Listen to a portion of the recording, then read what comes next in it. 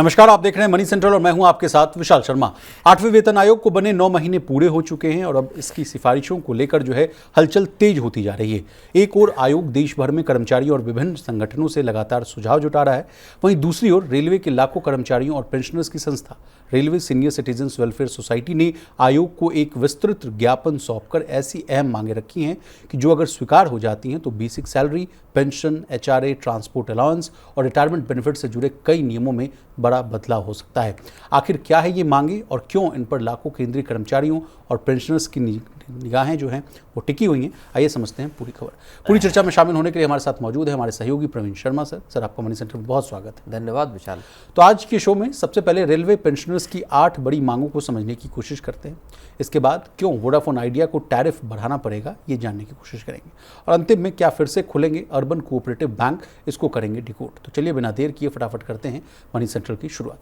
Sir, कल की जो मनी सेंट्रल हम लोगों ने की उसमें जो बड़ी अपडेट्स आए थे जिसको लेकर कहा गया कि अब राजस्थान का जो है रुख करेगी टीम। उसके बाद आज एक और बड़ी खबर ये आ रही है कि मेमोरेंडम जो है सबमिट किया गया और एक बड़ी संस्था की तरफ से किया गया, क्योंकि मैं इसलिए कह रहा हूँ सर कि रेलवे में काम करने वाले जितने भी जो पदाधिकारीगण हैं, कर्मचारीगण हैं और जितने रिटायरी हैं उनकी संख्या बड़ी ज़्यादा होती है। क्योंकि हम लोग कई बार रिपोर्ट्स में पढ़ते भी रहते हैं कि इस देश में सरकारी संस्था में अगर सबसे ज़्यादा अगर कोई नौकरी देने वाला अगर कोई मतलब समझिए कि ग्रुप है या विभाग है तो वो है रेलवे। उनके प्रतिनिधित्व करने वाली जो संस्था है उन्होंने 8 बड़ी डिमांड्स रखी हैं, मेमोरेंडम सौंपा है 8वें वेतन आयोग की अध्यक्षा के पास। क्या है पूरी खबर, ओवर टू यू। नहीं, बिल्कुल विशाल, जैसा आपने कहा रेलवे देश के सबसे बड़े एम्प्लॉयर्स में से एक है जी।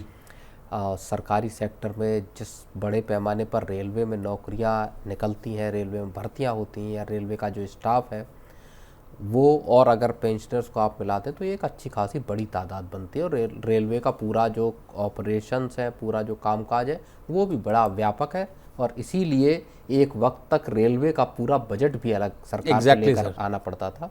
बाद में इसको मर्ज किया गया, लेकिन आप समझिए कि दशकों तक जो है रेलवे के लिए हर साल एक सेपरेट बजट आता था। तो अब जो रेलवे के जो वर्कर्स हैं, पेंशनर्स हैं, उनकी एक संगठन जो railway senior citizens welfare society RSCWS जी ने पेंशनर्स को लेकर 8th पे कमीशन को एक मेमोरेंडम सौंपा है। और इसमें जैसा आपने बताया मोटे तौर पर 8 जो है वो बड़ी डिमांड्स हैं, लेकिन अगर समराइज़ करके मैं 1-2 चीज़ें बोलूँ, बाकी फिर आप बताइएगा।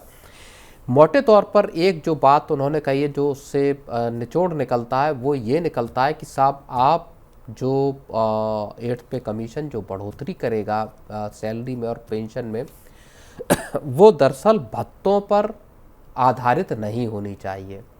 उनका कहना है कि जो बढ़ोतरी हो वो सीधे बेसिक पे में हो, भत्तों को साइड में रखा जाए, भत्तों में बढ़ोतरी हो, लेकिन फोकस ये रखा जाए कि बढ़ोतरी जो है वो वेतन में की जाए, बेसिक सैलरी में। जैसे मान लीजिए अभी मिनिमम जो 18,000 रुपए के आसपास है उनका कहना है कि इसमें बदलाव कीजिए, इसको ज़्यादा बढ़ाया जाए, भत्तों में भी बदलाव किया जाए, लेकिन फोकस असल में बेसिक सैलरी पर रहे। क्यों रहे बेसिक सैलरी पर?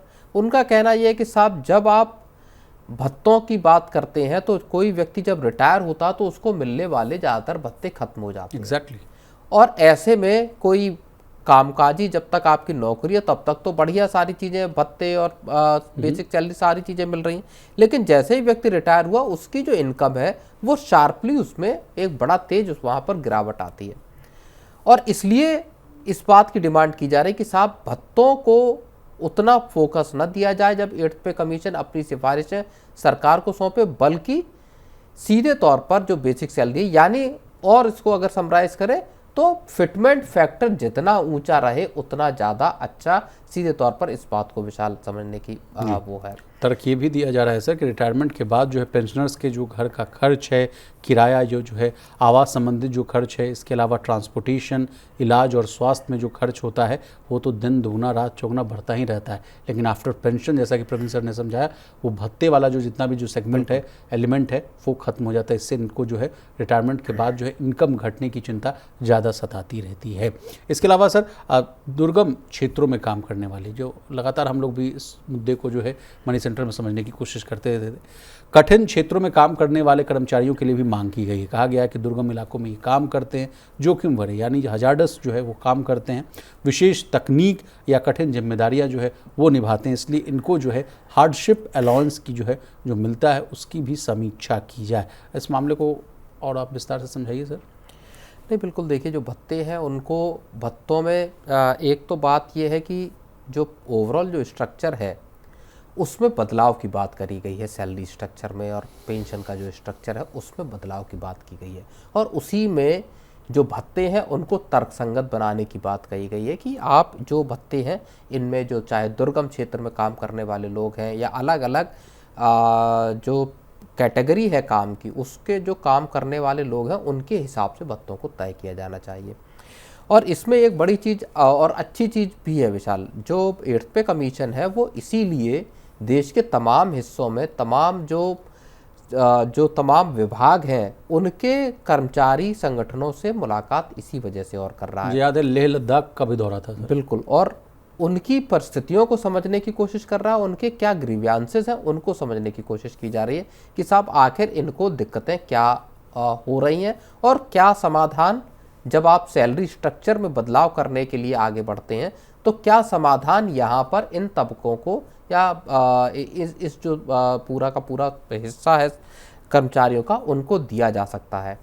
इसीलिए यहाँ पर एक डिमांड और इस संगठन ने की है, जो रेलवे के सीनियर सिटीजन वेलफेयर सोसाइटी ने, उन्होंने कहा है कि साहब जो भत्ते हैं इसका आपका एक तो पीरियोडिकल रिवीजन होना चाहिए, दूसरा आप जो पेंशन दे रहे हैं इस पेंशन को सीधे तौर पर इन्फ्लेशन से लिंक किया जाए, रियल जो है इनकम उसको बढ़ाने पर दरअसल फोकस किया जाना चाहिए। जी, आपने 8 जो जितने भी जो प्रमुख मांगे हैं उनको बहुत ही आसान भाषा में समझाने की कोशिश की है।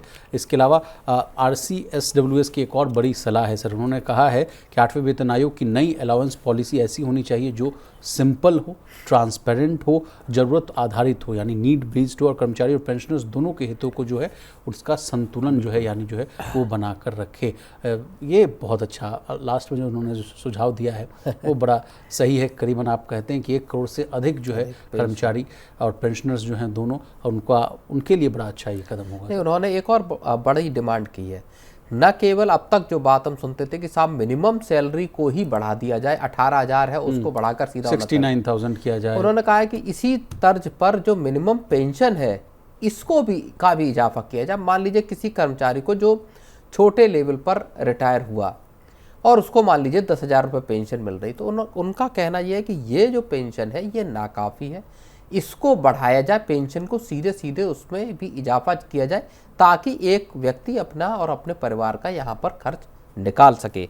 तो पेंशन में बढ़ोतरी की मांग की है, फैमिली पेंशन में भी सुधार की इन्होंने अपना जो मेमोरेंडम दिया है उसमें विशाल बदलाव की बात की है। इसके अलावा CGSH और जो हेल्थ की जो रेलवे कर्मचारियों के लिए और पेंशनर्स के लिए जो हेल्थ की फैसिलिटीज़ है वहाँ पर भी बेनिफिट्स को बढ़ाए जाने की बात की। लेकिन प्रवीण सर, मैं आपसे समझना चाहूँगा कि पेंशनर्स इतना लामबंद क्यों हो रहे हैं? क्या इसके पीछे का एक बड़ा कारण ये है कि जिस तरह से हमारे देश की जो एजिंग पॉपुलेशन है उसकी संख्या बढ़ती जा रही है, लाइफ एक्सपेक्टेंसी जो रेशियो है या जो ईयर्स है वो बढ़ते हुए नज़र आ रहे हैं, इस वजह से इन लोगों को डर है कि अभी हमें और जो है जीवन अपने काटने हैं, तो उस समय अगर इतना कम पैसा मिलता रहेगा तो हमारा जीवन चलेगा कैसे?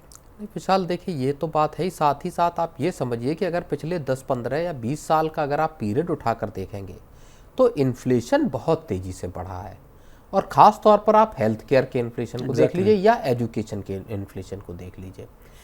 अब जैसे कोई व्यक्ति रिटायर होता है 60 साल की उम्र पूरी कर कर, जाहिर तौर पर भारत चूँकि तमाम तरह की बीमारियां भारत में बड़े पैमाने पर हैं, डायबिटीज़ को आप देख लीजिए या दूसरी तरह की, तो आप रिटायरमेंट के बाद बीमारियां होना, उनका इलाज का खर्च, ये एक ऐसा जो खर्च है आपका, आपकी हेल्थ केयर का, आपके और आपके स्पाउस की, फैमिली की, जिस पर एक बड़ा पैसा खर्च होता है। और इन पेंशनर्स को लगता है कि उस चीज़ को जब आप पेंशन में या जो DR देते हैं या DA देते हैं उससे उस चीज़ की भरपाई नहीं हो पाती। तो किसी भी जो तमाम खास तौर पर जिनको कम पेंशन मिलती है उनके मामले में आप ये साफ तौर पर मान सकते हैं कि उनका इलाज का खर्च और बाकी के जो खर्च हैं वो इतने प्रोमिनेंट होते हैं कि वहाँ पर फिर परिवार चलाने का खर्च संभवतः कम होता है, और इसीलिए कर्मचारियों के साथ पूरा का पूरा जो पेंशनर्स का भी तबका है, जो वर्ग है, वो इस लड़ाई में, या लड़ाई कहें या हम कहें डिमांड्स को लेकर ज़्यादा मुखरता से बोलता हुआ दिखाई देता है। चलिए सर, अंतिम सवाल आपसे मैं पूछूंगा, क्या है लेटेस्ट अपडेट सर?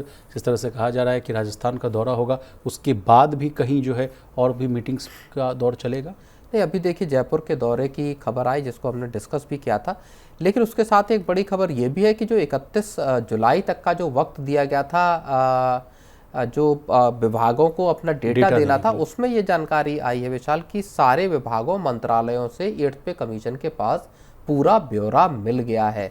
तो जो तमाम जो कर्मचारी हैं उनका समस्त जो डेटा है वो अब 8th पे कमीशन के पास है, और इसके साथ अब जो रिपोर्ट बनाने के लिए जो एक की इनपुट होना चाहिए, वो मेन इंग्रेडिएंट मिल गया। बिल्कुल, मेन इंग्रेडिएंट मिल गया। अब मेमोरेंडम और कर्मचारियों से चर्चा जारी है, और मुझे लगता है कि इस बुनियाद के साथ अब आगे जो रिपोर्ट को बनाने का काम है उसमें तेजी आएगी। चलिए सर, आगे बढ़ते हैं। क्या आने वाले दिनों में आपका मोबाइल रिचार्ज फिर महंगा होने वाला है? क्या 4G 5G की बेहतर सुविधा के लिए अब जेब पर ज़्यादा बोझ पड़ सकता है? इन सवालों की चर्चा इसलिए आज तेज हो गई है क्योंकि वोडाफोन आइडिया के चेयरमैन कुमार मंगलम बिरला ने साफ संकेत दिए हैं कि अगर नेटवर्क में बड़ा इन्वेस्टमेंट और नई टेक्नोलॉजी पर खर्च जारी रखना है तो समय समय पर टैरिफ बढ़ाना जरूरी हो सकता है। हालांकि कंपनी ने अभी किसी भी रिचार्ज प्लान को महंगा करने का ऐलान नहीं किया, फिर भी आखिर क्यों उठी है टैरिफ बढ़ाने की बात? 45,000 करोड़ के निवेश का इससे क्या है संबंध, क्या है रिश्ता, और इसका सीधा असर आपकी जेब पर कैसे पड़ सकता है? प्रवीण सर का रुख करेंगे क्योंकि टेलीकॉम सेक्टर की बात है। Sir, over to you. लगातार हम लोग इस बात को चर्चा करते ही रहते हैं कि टैरिफ हाइक की जो है धमकी जो लगातार हम लोग को सुनने को मिलती है वो कब से आखिर हो गई? तो बड़ा संकेत आ भी गया है सर, VI के बिरला साहब ने कह भी दिया है कि भाई बढ़ सकता है। नहीं, मुझे लगता है कि जितनी हमको चीज़ें याद आती हैं उसमें संभवतः वोडाफोन आइडिया ने पहली बार इस तरह की डिमांड को वोडाफोन की तरफ से, और खुद वोडाफोन आइडिया के चेयरमैन जो अब कुमार मंगलम बिरला है, उन्होंने अपनी तरफ से साफ तौर पर एक टैरिफ हाइक की बात को सामने रख दिया। अब तक होता ये था कि जियो की तरफ से या एयरटेल की तरफ से बार बार इस बात को रखा जाता था कि साहब जो मौजूदा जो टैरिफ का स्ट्रक्चर है ये अनसस्टेनेबल है, कंपनियों का टिकना इसमें नामुमकिन है। लेकिन अब उन्होंने जो वोडाफोन आइडिया के चेयरमैन है कुमार मंगलम बिरला, उन्होंने चिट्ठी लिखी है और चिट्ठी लिखकर साफ तौर पर ये इस चीज़ का ऐलान कर दिया है कि साहब बिना टैरिफ बढ़ाए इस सेक्टर में आगे की ग्रोथ नामुमकिन है, क्योंकि आपको 4G पर 5G पर लंबा चौड़ा पैसा खर्च करना पड़ रहा है, और इसके लिए आप जब तक किराए नहीं बढ़ाएंगे, उन्होंने कहा है कि भारत एक तेजी से उभरता हुआ या बड़ा होता हुआ टेलीकॉम मार्केट है, इक्विपमेंट का मार्केट है। 1 बिलियन से ज़्यादा देश में जो है वो ब्रॉडबैंड कनेक्शन हो गए हैं। तो उन्होंने कहा है कि अगर आपको ग्रोथ को सस्टेन रखना है, बरकरार रखना है, तो यहाँ पर टैरिफ हाइक ही इन कंपनियों को आगे के बड़े जो इन्वेस्टमेंट है उसके लिए रास्ता दे सकता है। सर, कुछ तर्क दिए जा रहे हैं इन कंपनियों के मालिकों के द्वारा। कहा जा रहा है कि टैरिफ बढ़ाने की बात जो है इसलिए की जा रही है क्योंकि कहा जा रहा है कि आज मोबाइल सिर्फ कॉल करने का साधन नहीं रह गया है। लोग मोबाइल से ऑनलाइन पढ़ाई कर रहे हैं, UPI से पेमेंट कर रहे हैं, बैंकिंग करते हैं, सरकारी जो है सेवाओं का इस्तेमाल करते हैं, OTT पर वीडियोस देखते हैं, बिजनेस चलाते हैं, और सोशल मीडिया और इंटरनेट का जो है भरपूर जमकर डेटा। आप भी बताते हैं कि पूरी दुनिया में सबसे ज़्यादा डेटा का कंजम्पशन भारत में है। आबादी 150 करोड़ की है, लोगों के पास पर्याप्त समय है, जमकर जो है डेटा का इस्तेमाल हो रहा है। तो कह रहे हैं कि इन सभी नेट जो सर्विसेज का इस्तेमाल किया जा रहा है उसके लिए मजबूत नेटवर्क चाहिए, और इसीलिए हम कह रहे हैं कि भाई ARPU बढ़ाने को भी जोड़ दीजिए।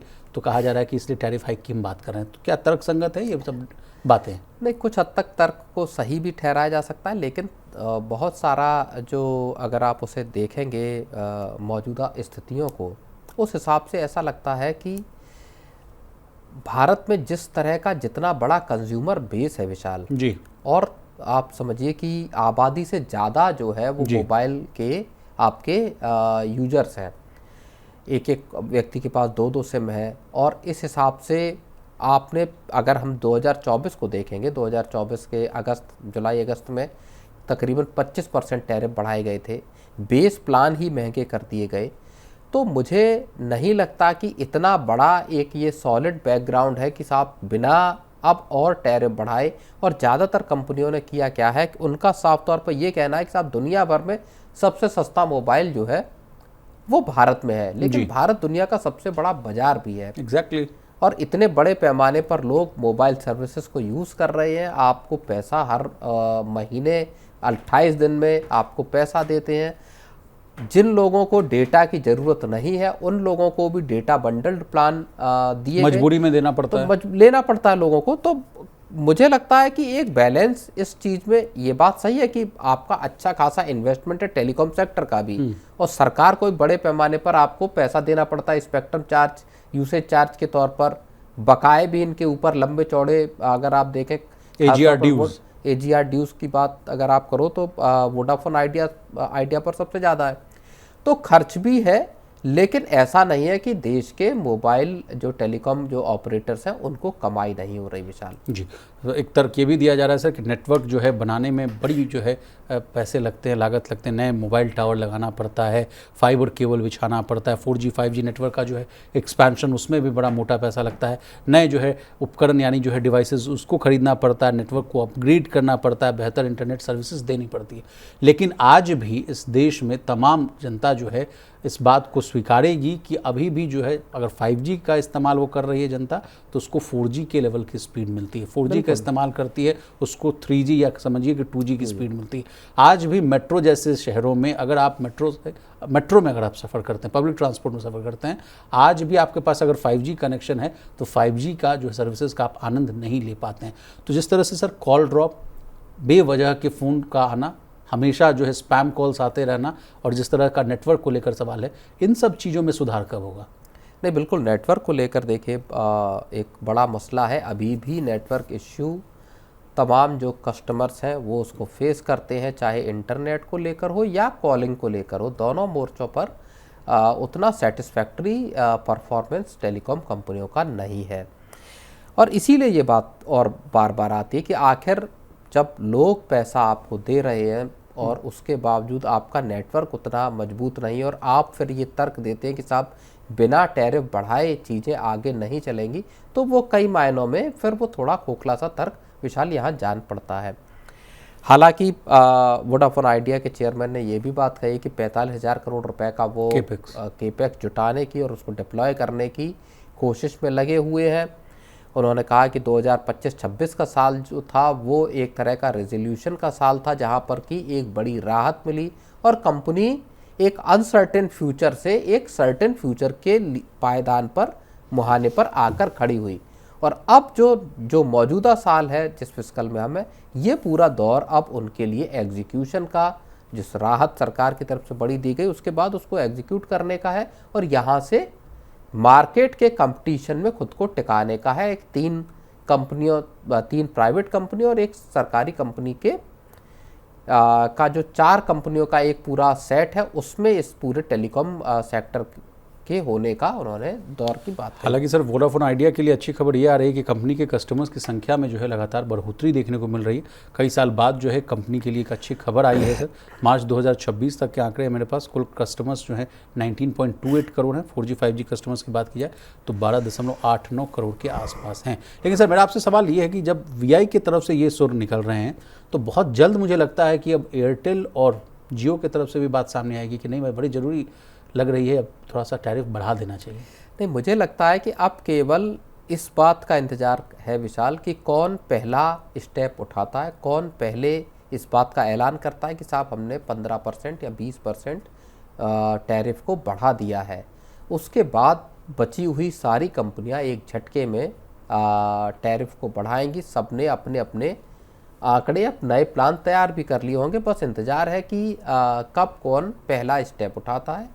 और उसी के साथ तो देखिए 2 साल हो भी जाएंगे आपके, अगस्त के आसपास ही 2024 में किराए बढ़े थे, तो 2026 का अगस्त चल रहा है, हो सकता है कंपनियां जल्दी ही किराया बढ़ाने का विशाल फैसला कर लें। सर एक अंतिम सवाल आपसे पूछना चाहूँगा कि हाल फिलहाल में जब एडिटोरियल मीट हुई थी उसमें आपने कहा था कि विशाल एक बड़ी खबर ये आ रही है कि टेलीकॉम कंपनियों की कमाई जो है उसका बेस, जो अभी हम लोग जो कह रहे हैं कि मोबाइल यूज़र्स जो हैं जैसे हम और आप हैं, उनसे हटकर जो है मशीन्स हो जाएंगी और उससे उनको जो है तगड़ी कमाई होगी। जिस तरह से कहा जा रहा है कि आज घर में इस्तेमाल होने वाले स्मार्ट अप्लायंसेस समझ लीजिए, सीसीटीवी कैमरा समझ लीजिए, स्मार्ट मीटर समझ लीजिए, और तमाम जितने भी जो डिजिटल इक्विपमेंट्स हैं उनमें आजकल जो है ई सिम या सिम लगने की बात कही जा रही है। और उससे कहा जा रहा है कि इन कंपनियों को, टेलीकॉम ऑपरेटर्स को तगड़ी कमाई होगी। हाल फिलहाल में अगर मैं जहाँ तक आंकड़े को याद कर पा रहा हूँ, 92 करोड़ के आसपास टोटल मोबाइल यूज़र्स हैं इस देश में। अगर इन सब मोबाइल, सब मान लीजिए जितने भी इक्विपमेंट हैं सर, इनकी संख्या अगर ऐड हो जाएगी तो ये संख्या तो 92 करोड़ से कहीं ज़्यादा हो जाएगी। और इसका सबसे ज़्यादा फायदा जो है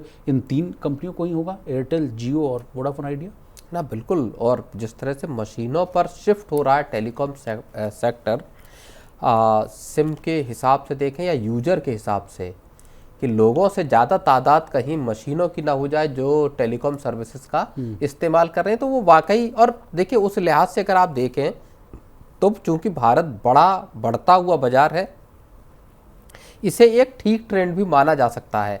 चाहे कारें हों, चाहे घर के अप्लायंसेस हों, जो कनेक्टेड डिवाइस का जो, या इंटरनेट ऑफ थिंग्स की जो बात जिसको हम कहते हैं, उसके बूते टेलीकॉम सेक्टर को एक बड़ी ग्रोथ मिलेगी। और उसमें ही एक बड़ा फैक्टर इस बात का भी है कि 1 अरब जो है देश में ब्रॉडबैंड कनेक्शन है, और इसमें बड़ी ग्रोथ की संभावना है। फिर चाहे आप आने वाले वक्त में सैटेलाइट कम्युनिकेशन को, सेटकॉम को देख लीजिए, या दूसरे जरियों से आप देख लीजिए, देश में टेलीकॉम, इंटरनेट, इस सब की डिमांड में बड़ा विशाल इजाफा होने वाला है। और इसीलिए कंपनियां बड़ी होपफुल है, कंपनियों को आउटलुक ज़्यादा अच्छे दिखाई दे रहे हैं। मैंने इसलिए आपसे प्रश्न पूछा था कि जो आपने कहा सर अपने ओपनिंग रिमार्क में कि कंपनियां कह रही हैं कि अगर यूज़र्स को अच्छी सर्विसेज चाहिए तो इन दम पर हम लोग आगे जो है एक्सपैंड नहीं कर पाएंगे, हमें कुछ और जरिया चाहिए। तो अब तो आपको जरिया मिल गया, इंटरनेट ऑफ थिंग्स कह रहे हैं तमाम लोगों का। लेकिन इसका एक और सवाल ये बनता है कि अभी जो 92 करोड़ या 100 करोड़ यूज़र्स हैं, उनको तो आप ठीक तरीके से संभाल नहीं पा रहे हैं। लेकिन जब मान लीजिए 100 करोड़ की संख्या में अगर मान लीजिए इक्विपमेंट आ जाएंगे, जिस तरह से आप कार का नाम ले रहे हैं, इंटरनेट ऑफ थिंग्स से जुड़े हुए जितने घर के अप्लायंसेज हैं, तब ये लोग और कैसे हैंडल कर पाएंगे सर? नहीं, देखिए अब सर्विस तो बढ़ानी पड़ेगी, और अगर कमाई की भी आप बात करो तो सब कंपनियों का जो टारगेट है वो दरअसल एक दिमाग में एक आइडिया इस बात का है कि 300 रुपए का पर मंथ का आरपू लेकर आना, पर यूजर से कमाई 300 रुपये हो, इसका टारगेट है। और कंपनियां उस तरफ बढ़ने की कोशिश भी कर रही हैं। सबसे पीछे आपकी वोडाफोन आइडिया, जिसका भी 190 पहुंच गया है, बाकी एयरटेल सबसे ऊपर है इसमें। तो कंपनियां चाहती हैं कि वो 300 के आरपू के आसपास कम से कम पहुंचे, और इसके लिए उनको ज़्यादा बड़ी ज़रूरत इस बात की है कि हर पीरियडिक उसमें अंतराल में एक टैरिफाइक वो करती रहे। विशाल, चलिए सर आगे बढ़ते हैं। 22 साल, जी हाँ, पूरे 22 साल बाद आरबीआई ने ऐसा फैसला लिया है जो देश की बैंकिंग व्यवस्था की तस्वीर बदल सकता है। एक दौर था जब सहकारी बैंकों पर भरोसा टूट गया था और नए लाइसेंस जो है उन पर ताला लग गया था, लेकिन अब वही ताला खुलने जा रहा है। आरबीआई ने नए अर्बन कोऑपरेटिव बैंकों को लाइसेंस देने की तैयारी शुरू कर दी। इतना ही नहीं, ग्रामीण सहकारी बैंकों के नियम बदलने और लोन की ब्याज दरों में ट्रांसपेरेंसी लाने की बड़ा ऐलान किया गया। आखिर 22 साल बाद आरबीआई ने यह फैसला क्यों लिया और इससे आम लोगों को क्या फ़ायदा होगा, प्रवीण सर से समझने की कोशिश करेंगे। सर, जैसा कि न्यूज़ रूम में चर्चा भी कर रहे थे, आप बोल रहे थे कि कुछ दिन पहले ही हम लोगों ने मनी सेंट्रल में डिस्कस किया था विशाल कि 125 साल के बाद बैंकिंग रिफॉर्म्स होने की बात कही जा रही है। कुछ क्या उसी का फॉलोअप स्टोरी है ये? नहीं, देखिए रिजर्व बैंक ने असल में इसी जनवरी में 13 जनवरी को एक डिस्कशन पेपर उतारा था, जिसमें जो अर्बन कोऑपरेटिव बैंक्स हैं उनको लेकर, उनको क्या नए लाइसेंस बांटे जाएं, इन तमाम चीज़ों को लेकर एक डिस्कशन पेपर उतारा था और उस पर फीडबैक मांगे थे। अब उस पर ड्राफ्ट रूल्स लेकर, जो गाइडलाइंस लेकर आरबीआई जो है वो आता हुआ दिखाई दे रहा है। और ऐसा 22 साल बाद, जैसा आपने बताया, 2004 के बाद से कोई नया जो है वो अर्बन कोऑपरेटिव बैंक जो या सहकारी बैंक जो है उनको लाइसेंस नहीं दिए गए, बल्कि इस दौरान अगर आप देखेंगे तो कई सारे जो कोऑपरेटिव बैंक्स हैं वो बंद हुए, बंद करने पड़े, लाइसेंस उनके जब्त किए गए या लाइसेंस रद्द किए गए। 150 से अधिक आप बता रहे थे। बिल्कुल, कई बैंक जो है वो क्राइसिस में फंसते हुए दिखाई दिए, आरबीआई को एक्शन लेना पड़ा। और पिछले 1.5-2 साल का ही अगर आप उदाहरण ले लेंगे तो 1-2 या उससे ज़्यादा की तादाद में बैंक ऐसे हैं जो आरबीआई के रडार पर आए, जहां आरबीआई को पूरे मैनेजमेंट को हटाकर अपने कस्टडी में पूरा बैंक लेना पड़ा, ग्राहकों का पैसा फंसा। अब उस पूरी कड़ी के बाद आरबीआई एक नए सिरे से अर्बन जो कोऑपरेटिव बैंक्स हैं इनको लेकर आना चाहता है। नए रूल्स जारी किए गए हैं कि 300 करोड़ की आपके पास कैपिटल हो और जो इकाइयाँ असल में शहरी सहकारी बैंक बनना चाहती हैं वो उनके लिए कभी भी ऑन टैप एक लाइसेंसिंग की व्यवस्था रहेगी कि यानी आरबीआई कोई स्पेशल विंडो नहीं खोलेगा जब आप उसके लिए आवेदन कर पाए। आप कभी भी उसके लिए आवेदन कर सकते हैं। 300 करोड़ रुपए की कैपिटल की आरबीआई ने बात कही है और 10,000 करोड़ का एक डिपॉजिट बेस हो आपके पास जी। तो ऐसी कोई भी इकाई अब शहरी जो सहकारी बैंक है उसके लिए आवेदन कर सकते हैं। लेकिन सबसे बड़ी शर्त आरबीआई की ये है कि आपको रिजर्व बैंक के फिट एंड प्रॉपर का जो क्राइटेरिया है उसको पास करना पड़ेगा। उसके बाद ही आप को शहरी जो सहकारी बैंक है या अर्बन कोऑपरेटिव बैंक है उसका लाइसेंस विशाल मिल पाएगा। सर, इस कहानी में जैसा कि आपने कहा कि 22 साल पहले की जो स्थिति थी, यानी 2004 में खबरें ये आई थी कि कई अर्बन कोऑपरेटिव बैंक जो है वित्तीय मुश्किलों में जो है वो फंस गए थे। उस समय का मैं जब डेटा निकाल रहा था सर, उस समय भी कुछ जो मुख्य वजहों को मैं नज़र देख रहा था तो कहा जा रहा था कि खराब कर्ज यानी जो एनपीए जो है बड़े तेज़ी से बढ़ गए। कई बैंकों ने जो है बिना सही जांच पड़ताल किए हुए बड़े पैमाने पर लोन दे दिया। उधार लेने वाले कई लोग और जो हैं और कंपनियां पैसा जो है वो वापस ही नहीं कर पाई सर। इससे बैंकों का फंसा हुआ जो एनपीए वो बढ़ गया। फिर कहा जा रहा है कि कुछ चुनिंदा लोगों को ज़रूरत से ज़्यादा लोन दिया गया। कमज़ोर जो है मैनेजमेंट और जो परफॉर्मेंस देखने को मिला, पूंजी की कमी थी, कमज़ोर जो है निगरानी व्यवस्था थी और इससे जो है डिपॉजिटर्स का जो है भरोसा डगमगाया। मेरा आपसे प्रश्न है कि ये तमाम समस्याएं तो 22 साल के बाद आज भी देखने को मिल रही है। जिस तरह से आपने कहा भी कि 150 से अधिक या उससे अधिक कोऑपरेटिव बैंक, और आज रोज़ जो हमारी एडिटोरियल मीट होती है सर उसमें एक खबर जरूर से रहती है कि 5 से 6 जो है कोऑपरेटिव बैंकों पर आरबीआई का डंडा चला, 23 लाख रुपए समथिंग के आसपास का जुर्माना लगा। किसी को कहा गया कि आपने जो रूल्स एंड रेगुलेशंस थे आरबीआई के उसको ही नहीं माना। कई को कहा गया कि आपने बेवजह का लोन दे दिया, एक ही संस्था को, एक ही इंस्टीट्यूशन को एक बार से अधिक लोन दे दिया। तो सर मैं आपसे पूछ रहा हूँ कि 22 साल के बाद भी तो स्थिति जस की तस है, कहाँ बदला कुछ? नहीं, देखिए आरबीआई इन नियमों में सख्ती कर रहा है। जैसा आपने कहा कि खराब गवर्नेंस हो, चाहे कॉरपोरेट गवर्नेंस की बात हो, चाहे मनमाने तरीके से कर्ज बांटने की बात हो, और इन चीज़ों को आरबीआई रूरल जो सहकारी बैंक हैं दरअसल उन पर भी लागू कर रहा है। उनके भी जो पूरी मॉनिटरिंग है उसको कड़ा किया जा रहा है। उनकी जो क्रेडिट जो सिचुएशन है उस सबको आंका जा रहा है। तो खराब जो परफॉर्मेंस था बैंक के प्रबंधन का, उनका पास कैपिटल का अभाव होना, मनमाने तरीके से कर्ज देना, ये सब समस्याएं वाकई लंबे वक्त तक रहीं। अब आरबीआई नए सिरे से एक तो जो मौजूदा बैंक्स हैं उन पर पूरी अपनी ओवरसाइट या निगरानी को मजबूत करना चाहता है। दूसरा, जो नए बैंकों के लाइसेंस देना चाहता है, आरबीआई को ये भी लगता है विशाल, ऐसी बात नहीं है, आरबीआई को लगता है कि देश में सब तक बैंकिंग को पहुंचाने में जो कोऑपरेटिव बैंक है वो ज़्यादा महत्वपूर्ण योगदान निभा सकते हैं। क्योंकि हर व्यक्ति को बैंकों से, जो मेन स्ट्रीम के बैंक है, उनसे कर्ज मिलना या बैंक खाता खुलवा पाना वो सब एक मुश्किल प्रक्रिया है। तो आरबीआई चाहता है ऐसे बैंक हो जो आम आदमियों की, जो आम लोग हैं, जो छोटा तबका है कमाई के लिहाज से, उस सब की ज़रूरतों को बैंकिंग की पूरी कर सके। और इसीलिए आरबीआई एक नए सेट के साथ पूरे इन बैंकों को लाइसेंसिंग की प्रक्रिया विशाल शुरू करना चाहिए। सर, एक अंतिम सवाल मैं आपसे पूछूंगा कि कई बैंकिंग एक्सपर्ट्स जो थे या बैंकों के जो ओनर समझिए या मालिक समझिए, उन्होंने भी कहा था कि देखिए क्या बैंकिंग रिफॉर्म्स करने का सबसे सही समय तब होता है जब आप पूरी तरह से मजबूत हों। और अभी देश की हालत ऐसी है कि एनपीएस ऑल टाइम लो के आसपास है। उस समय अगर रिफॉर्म्स कीजिएगा तो ज़्यादा बेहतर तरीका होता है। क्या ये भी एक बड़ी वजह जिस तरह से आरबीआई लगातार इस तरह के जो है हथकंडे अपना रहा है? नहीं, देखिए आरबीआई जाहिर तौर पर बैंकों की, ये जो राष्ट्रीयकृत बैंक है उनकी खास तौर पर बात है, जहां पर कि एनपी अपने ऑल टाइम लो पर एक तरह से है। बैंकों की फाइनेंशियल सिचुएशन मजबूत है। एक वक्त था आरबीआई को कैपिटल डालनी पड़ती थी बैंकों में, सरकार को पैसा लगाना पड़ता था बैंकों में। अब वो सब समस्याएं दूर हो गई हैं। बैड लोन कम है।